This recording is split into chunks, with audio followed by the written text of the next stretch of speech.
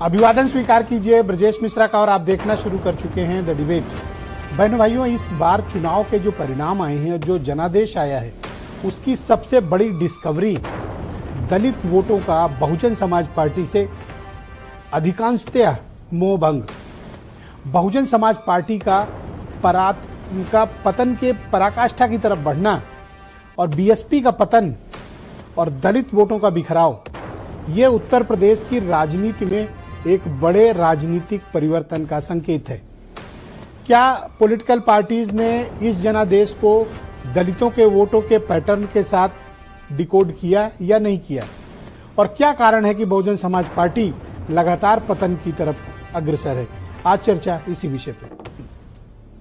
बहनों भाइयों, जिस सबसे महत्वपूर्ण विषय की चर्चा इस पूरे चुनाव के दौरान रही और विशेष तौर पर परिणाम आने के बाद इस बात का मूल्यांकन होना चाहिए कि इस उत्तर प्रदेश का शेड्यूल्ड कास्ट समाज, दलित समाज का वोटिंग पैटर्न क्या रहा।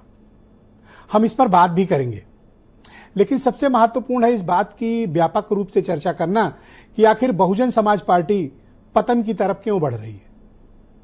बहनों भाइयों, 2007 में जिस पार्टी ने थंपिंग मेजॉरिटी के साथ 2007 में 30% वोट शेयर के साथ उत्तर प्रदेश में सरकार बनाई हो, बहुमत अपने दम पर लेकर आई हो, महज 17 साल के भीतर वो पार्टी 1/3 से ज्यादा घट गई। 30% वोट शेयर वाली पार्टी 9.46 वोट शेयर पे खड़ी है। 30% से चली पार्टी 9.46। बहुजन समाज पार्टी का यह पतन विस्मयकारी है, आश्चर्य में डालता है।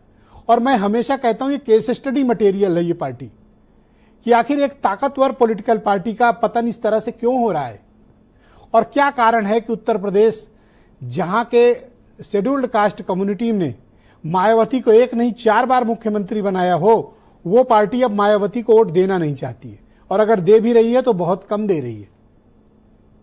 इसकी व्यापक चर्चा होनी चाहिए कि क्या कारण है कि तिलक तराजू और तलवार की नारा देने वाली पार्टी का उसके अपने समर्थकों का मोहभंग हो गया है। मायावती की आक्रामकता खत्म हुई, जन सरोकार की राजनीति खत्म हुई और महज वो एक पॉलिटिकल पार्टी, एक आउटफिट बनकर पॉलिटिकल पार्टी साबित रह गई और लगातार उनका पतन उनकी पार्टी का होता रहा। 2007 के बाद 2012, 2014, 2017, 2019, 2022, 2024 7 चुनाव, और इन 7 चुनावों ने बहुजन समाज पार्टी को बिखेर कर रख दिया। 227 एमएलए वाली पार्टी आज 1 एमएलए पे खड़ी हुई है, और कभी 25 सांसदों तक पहुंची पार्टी आज 1 सांसद के लिए तरस रही है। इससे बड़ा राजनीतिक पराभव किसी पार्टी के लिए क्या हो सकता है? बहुजन समाज पार्टी जो राष्ट्रीय स्तर की पार्टी बन गई थी, और मुझे बहुत अच्छे से याद है 2007 में जब वो जीत कर आई थी और 2009 का पार्लियामेंट इलेक्शन था, तब मायावती की मीटिंग में ये होर्डिंग्स लगती थी, यूपी हुई हमारी है अब दिल्ली की, यही था ना, यही नारा लगता था। जो प्राइम मिनिस्टरियल कैंडिडेट थी आज एक एक वोट के लिए तरस रही हैं। वही दलित समाज है, वही मायावती है, वही बीएसपी है। वक्त बदल गया है। क्या कारण है? बहनों भाइयों, जब आप एक बड़े समाज की आकांक्षाओं को जागृत करते हैं, उसके पॉलिटिकल एस्पिरेशन को जगाते हैं और बाद में उसके मुद्दों के साथ आप समझौते करते हैं, आप खड़े नहीं रहते हैं, तो इसी प्रकार पतन होता है। और इस पतन के बेनिफिशियरीज भी अलग अलग पॉलिटिकल पार्टी होती है। वो political party Bahujan Samaj party के बाद बीजेपी भी है, कांग्रेस पार्टी भी है और समाजवादी पार्टी भी है। तो आखिर दलित वोट अगर मायावती को नहीं मिल रहा है तो किसको मिल रहा है? ये एक स्वाभाविक प्रश्न है। बहनों भाइयों, 2014 से स्पष्ट प्रमाण आने लगे कि दलितों के वोट का एक बड़ा हिस्सा भारतीय जनता पार्टी को सपोर्ट कर रहा है, वो भी नॉन जाटो एससी। लेकिन 2019 से एससी जाटो भी, यानी जाटो कम्युनिटी भी मायावती को वोट छोड़कर अधिकांशतः वोट करने लगी भारतीय जनता पार्टी को। लेकिन एक बड़ा सामाजिक बदलाव आया। सपा बसपा का जब 2019 में अलायंस हुआ था, तब शायद दलित समाज में इतनी चेतना जागृत नहीं हुई थी कि वो समाजवादी पार्टी को भी वोट करे। तब बहुजन समाज पार्टी को तो उसने वोट किया और इनके 10 मेंबर ऑफ पार्लियामेंट बने, लेकिन समाजवादी पार्टी को इसका बड़ा बेनिफिट नहीं मिला, उनके 5 ही जीत के आए थे। लेकिन 2022 और 24 में माहौल बदला। अब बहुजन समाज पार्टी को के समर्थकों को, दलित समाज को साइकिल और पंजे से परहेज नहीं है। 24 में तो ये खुलकर दिखा कि ये साइकिल और पंजे के साथ है, चाहे एससी जाटो वोट हो चाहे नॉन एससी जाटो वोट हो।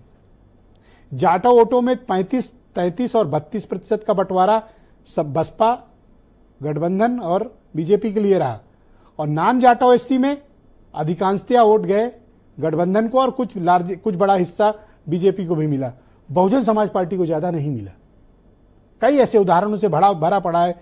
आप मोहनलालगंज देख लें, आप कौशाम्बी देख लें, आप नगीना देख लें, आप बिजनौर देख लें। बिजनौर में जो वोट मिले वो जाट कम्युनिटी के ज्यादा मिले उन्हें, क्योंकि प्रत्याशी उनका था। लेकिन अधिकांश जगहों पर बहुजन समाज पार्टी की जमानत जब्त हुई। जो पार्टी मेंबर ऑफ पार्लियामेंट तैयार करती थी वो पार्टी जमानत के लाले पड़ गई।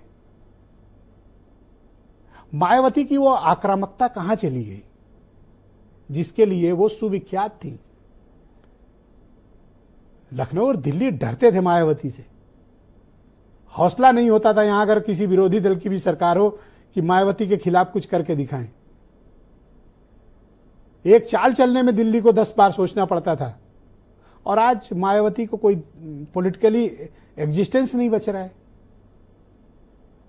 यह आक्रामकता उन्होंने क्यों खो दी? और जिसको उन्होंने वारिस बनाया उसको बीच चुनाव से उठा लिया। आकाश आनंद एफआईआर हो गई, सारे पद चले गए, वारिस भी नहीं रहे, अब वो सामान्य कार्यकर्ता बनाकर रख दिए गए। तो दलितों के बीच यह मैसेज गया कि मायावती हमारे हितों की रक्षा नहीं कर सकती, वो हमारे अधिकारों की रक्षा नहीं कर सकती हैं, वो संविधान को नहीं बचा सकती हैं, वो हमारे रिजर्वेशन को नहीं बचा सकती हैं। और मायावती को एक समझौतावादी नेता के तौर पर उनके ही समाज ने मान लिया कि इन्होंने समझौते कर लिए, पॉलिटिक्स कंप्रोमाइज की कर ली है। अगर पब्लिक एट लार्ज, आपके समर्थकों के बीच ये संदेश चला जाए कि आपने समझौते कर लिए, तो आपके समर्थकों का एग्रेशन और आपके प्रति निष्ठा भी खत्म होगी। नो डाउट मायावती की इज्जत करता है दलित समाज, बहुत से लोग उन्हें देवी मानकर पूछते भी हैं, बड़ा सम्मान करते हैं, लेकिन वोट नहीं देते। यही कारण है कि 30% वाली पार्टी आज 9% पे खड़ी है। कोई तो कारण होगा। और क्या चंद्रशेखर का उभार ये दलित राजनीति के उत्तर प्रदेश के विमर्श को बदलेगा, या वो महज कुछ सीटों के नेता बन जाएंगे, या वो सिर्फ पश्चिम उत्तर प्रदेश के 2-3 जनपदों के नेता के तौर पर सीमित रह जाएंगे? अपना राजनीतिक कद तो चंद्रशेखर ने बढ़ाया, वो मेंबर ऑफ पार्लियामेंट बन गए अपने संघर्षों के दम पर, लेकिन पैन उत्तर प्रदेश उनकी प्रेजेंस पॉलिटिकली नहीं है। अब वो कहते हैं कि डुमरियागंज में हमें 80,000 वोट मिले, प्रत्याशी को मिले, वो चंद्रशेखर की पार्टी को नहीं मिले। हाँ, लड़ेंगे तो दलित समाज के कुछ वोट काटेंगे, इसमें कोई दो राय नहीं। तो वो तो ओवैसी भी लड़ाते हैं तो भी वो मुसलमान वोट काटते हैं, तो उसमें कोई अचरज की बात नहीं। लेकिन चंद्रशेखर क्या मायावती का विकल्प है? अभी अगले 5-7 सालों में बहुत चीजें तय होने वाली हैं कि एक्चुअली शेड्यूल्ड कास्ट कम्युनिटी अपना लीडर किसको मानता है। मायावती उनके लिए देवी की तरह पूज्य तो हैं, लेकिन राजनीतिक रूप से वो उनके साथ सुरक्षित महसूस नहीं कर रहा है। तो किसके साथ महसूस कर रहा है? एक बड़ा हिस्सा है जो प्रधानमंत्री नरेंद्र मोदी और योगी आदित्यनाथ में अपने नायक तलाशता है। लेकिन बहुजन समाज के एक बहुत बड़े हिस्से ने इस बार राहुल गांधी और अखिलेश यादव में अपना नायक तलाश लिया है।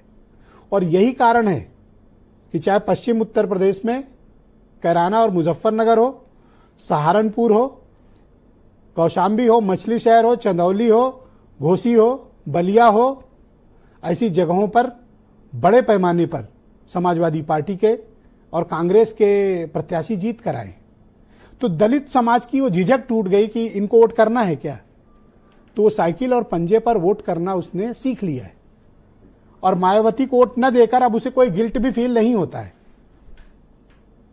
ये दलित वोटों के वोटिंग पैटर्न के बिहेवियर का एक बहुत बड़ा शिफ्ट है। इसका राजनीतिक अध्ययन होना चाहिए। कैसे? नगीना एग्जाम्पल है। नगीना की सीट पर बहुजन समाज पार्टी के कई बार मेंबर ऑफ पार्लियामेंट हुए लोकसभा में। आपको पता है इस बार कितने वोट मिले? 13,000। अब नहीं सोचेगी ये पार्टी तो कब सोचेगी? और राजनीतिक चिंतकों को भी सोचना चाहिए कि दलित समाज जो उत्तर प्रदेश में 21 से 22% है, अगर उसके वोटों का बिखराव हुआ तो बिगेस्ट पॉलिटिकल बेनिफिशियरी कौन पार्टी होंगी? आप कुछ बयान सुनिए, फिर आज की चर्चा को आगे बढ़ाएंगे। 2024 के लोकसभा चुनाव में जो समाजवादी पार्टी ने नारा दिया था पीडीए का, वो पूरी तरीके से इसीलिए सफल हो पाया क्योंकि हमने संविधान की बात की, हमने पिछड़े और दलितों की आरक्षण की बात की, और बसपा वो कहीं न कहीं खामोश नजर आई। बहन जी का जनाधार लगातार घटता चला जा रहा है और वहीं दूसरी तरफ आदरणीय राहुल गांधी जी का जनाधार लगातार मजबूत होता चला जा रहा है और आज जनता उनके साथ खड़ी नजर आती है क्योंकि जनता को एक मजबूत विपक्ष चाहिए जो उनके मुद्दे उठा सके और उनकी लड़ाई बिना डरे और बिना रुके लड़ सके। मायावती जी आज पूरी तरह से निष्क्रिय दिखाई पड़ रही हैं। केवल जाति के आधार पर, मजहब के समीकरण के आधार पर चुनाव नहीं जीता जा सकता है। बहुजन समाज पार्टी आज उत्तर प्रदेश में कमजोर हुई है अपनी निष्क्रियता के कारण, अपनी जात मजहबी पॉलिटिक्स के कारण, और कहीं न कहीं जाति और मजहब की दूसरी राजनीति करने वाली समाजवादी पार्टी को इसका कुछ लाभ जरूर हुआ है, लेकिन जाति और मजहब के आधार पर लंबे समय तक राजनीति नहीं चल सकती। तो आज की डिबेट को हम आगे बढ़ाते हैं। आनंद दुबे उत्तर प्रदेश में भारतीय जनता पार्टी के प्रवक्ता हैं। सतीश प्रकाश जाने माने दलित समाज के चिंतक और बहुजन समाज पार्टी के पूर्व राष्ट्रीय प्रवक्ता हैं, हमें थोड़ी देर में ज्वाइन करेंगे। राजपाल कश्यप समाजवादी पार्टी के सीनियर लीडर हैं। मनीष सिंघवी उत्तर प्रदेश में कांग्रेस कमेटी के प्रवक्ता, और गंगाराम अंबेडकर जी मौजूद हैं। ये मायावती के सहयोगी रहे हैं, उनके ओएसडी थे और आजकल अपनी पॉलिटिकल पार्टी बनाए एमएसपी और उसके राष्ट्रीय अध्यक्ष हैं। और बीजेपी के साथ भी इन्होंने उनको समर्थन किया था इस चुनाव में, और काफी इन्होंने राजनीतिक रूप से काफी भ्रमण भी किया था। आज विस्तृत चर्चा इनसे करेंगे। और वीरेंद्र सिंह जी हमारे स्टेट हेड, स्वागत और धन्यवाद आप सभी का। आनंद दुबे जी